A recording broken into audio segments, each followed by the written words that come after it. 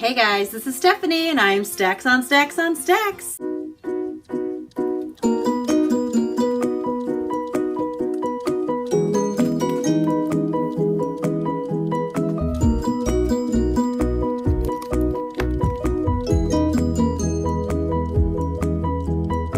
I'm gonna take these off. These are actually my old glasses from when I was blind as a bat, but I'm not anymore. So I don't think I can do the whole thing with them on. But for the effect, as a teacher, you know, the messy hair, the glasses, and the cardigan. Underneath I actually have on a Sleeping Beauty tank top. But you know, I bet my teachers would have loved to wear this. Okay, so I'm coming to you guys with the 4th day of my BookTubeathon wrap-up and the challenge for the 5th day. Now, wrap-up wise, I didn't pick this one up at all yesterday. I'm still only 55 pages in. There is no reason behind that either. It is a book that I truly was enjoying. I just put it down and I was like, oh, I'm gonna read these other things. And this is why I don't like to have TBRs, for reals. I did get through Ms. Marvel Volume 2 yesterday. It was very good. It was very fun. I really did enjoy it. I'm enjoying this series. She's like modern and funny and sarcastic and flawed, and she's a superhero, and I think it's really fun. It's probably a series I'll continue to read. I liked it. I also read about 137 pages of Six of Crows, so I am less than 100 pages from the end. Dying to know what happened, but I had to put it down last night because I was literally falling asleep. And then, because I am ADD, I picked up this book because I got it at my library and it was so pretty and it was calling to me. And I read the first story, so I'm like 20 something pages in, and I think it's really fun. I don't know if I'm going to get it completely read by the end of the BookTubeathon. I will try, but it's really fun. Like, I know it was super hyped and I was kind of like at all the hype because, well, I've read so many books that have been so hyped and been so let down, but I'm enjoying this. So I don't know if I'll get it all read, but I will try. I also read half of Saga. This is the one that I am reading outside. I only had a little bit of time, so I got about half of it read outside. I'll probably finish reading it tomorrow because the weather is supposed to continue to be nice. And I believe that's going to leave me at about 426 pages read so far, 2.5 graphic novels, and I don't know the page count on those at all. So for being a little over halfway through the week and having completed 3 books in 3 challenges, I feel pretty good about that.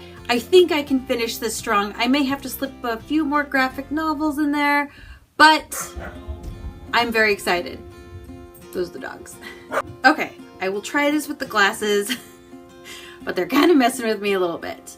I am going to have books that are in non-standard formats.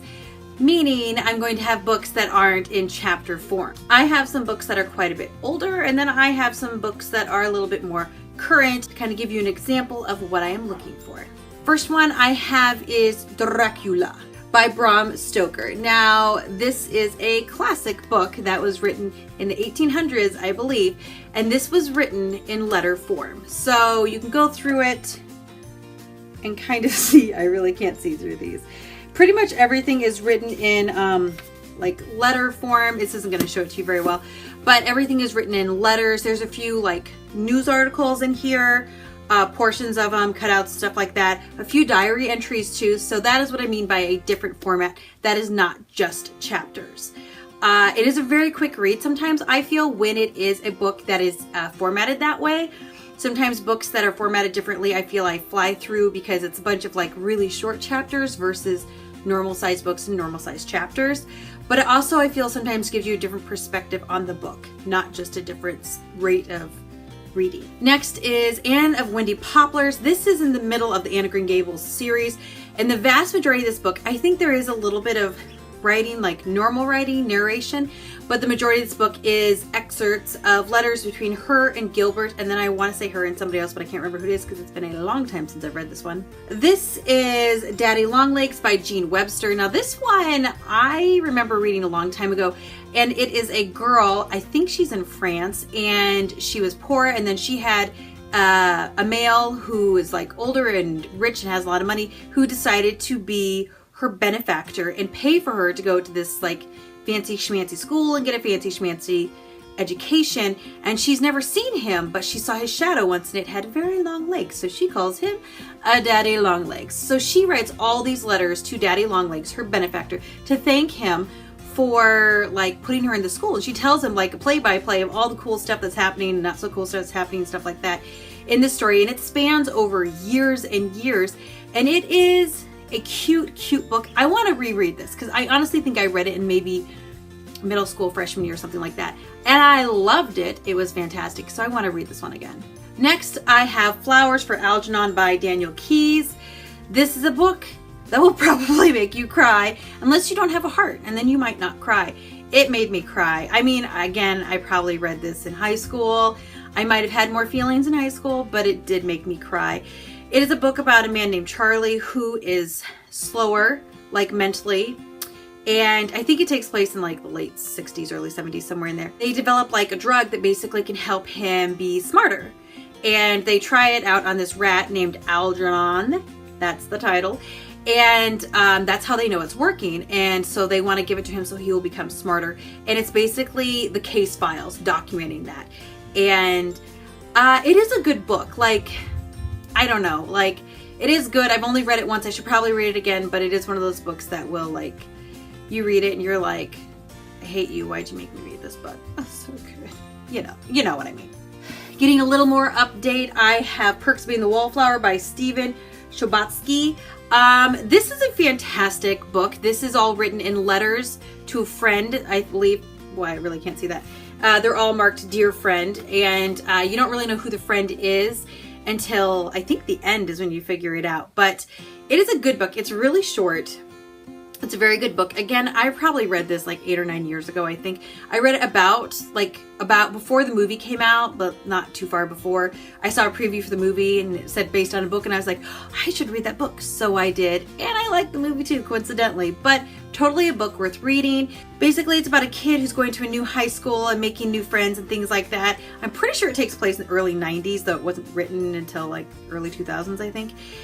Just like the awkwardness of meeting new people and making new friends and trying to fit in and things like that. So it's a good book. It's totally worth reading, and it definitely deals with mental illness a little too. So I think it helps give you a better perspective on things like that if it's not something you've experienced. Next, I have Bridget Jones' Diary by Helen Fielding. This is a series. I've read these numerous times. I probably read the first one after I saw the first movie, most likely. All in diary form. Very quick read because, well, basically Bridget's a hot mess and she's a lot of fun to read about. I really can't read like this. Most of the chapters start like this. Tuesday, March 21st, birthday, 126 pounds, alcohol units, 9, cigarettes, 42, calories, 4,295. If I can't splash out on a birthday, then when can I? So that's kind of how all her diary entries start, with like her weight, how much she's had to drink, and how many cigarettes she smoked, and then usually a snarky comment, which I think is hilarious. I think most women do obsess about their weight, and even though like she's not even remotely fat, it's totally not the point. So I love reading these books. I love the format they're in. Now we're going to be jumping ahead to a slightly more modern format. And that is Ms. Marvel, and this is known as a graphic novel. So we have our pictures, with words and whatnot. So this is basically a bind up of 3 comic books that create this graphic novel. I'm not going to bother to tell you what this is about because it's about Ms. Marvel. This is the first one. If you want to know what it's about, read it because you won't regret it. It's super fun and super cute. Just another way of a different format for books to come in. Next, I'm going to talk about manga. Now this is Orange Volume 2. I'm still working on Orange Volume 1. But basically manga is kind of like comic books, but it is Japanese initially. So they have translated it. Every once in a while translations do come across a little weird, I'm not going to lie.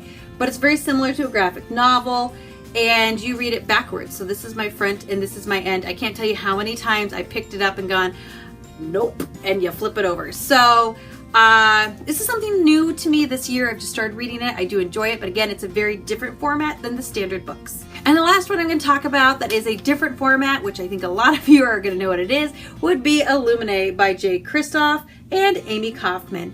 Now, this is a very, very different one, as most of you know. It's made up of like case files and interview notes and things like that, and has a bunch of things that have been like redacted and crossed out. So it's a very, very fun book, a format to read it in. It's a very quick read as well. And like I said, I think a lot of these non-standard formats are quicker reads. Just the way our brains process things, I think we're able to get through them quicker. So that would be my class reading list if I had a class, which I do not, but apparently I have 88 followers. So if you want to read a book that you think would be fun, that is in a different format from books that we normally read, I would suggest any of these. I think I picked one for whatever your taste in books are going to be, whether you like something more romance, more sci-fi, more modern, or whatever it is. I think I can get one for you. Sorry, I really had to lose the glasses. I was starting to get a headache. That is all I have for you guys today. Thank you so much for watching. Please feel free to join me tomorrow when I do whatever the challenge is, and for a new reading update, which I will be very pleased with because I've already finished a few books today, and that makes me very happy. Thank you for watching, guys, and I will see you later. Goodbye.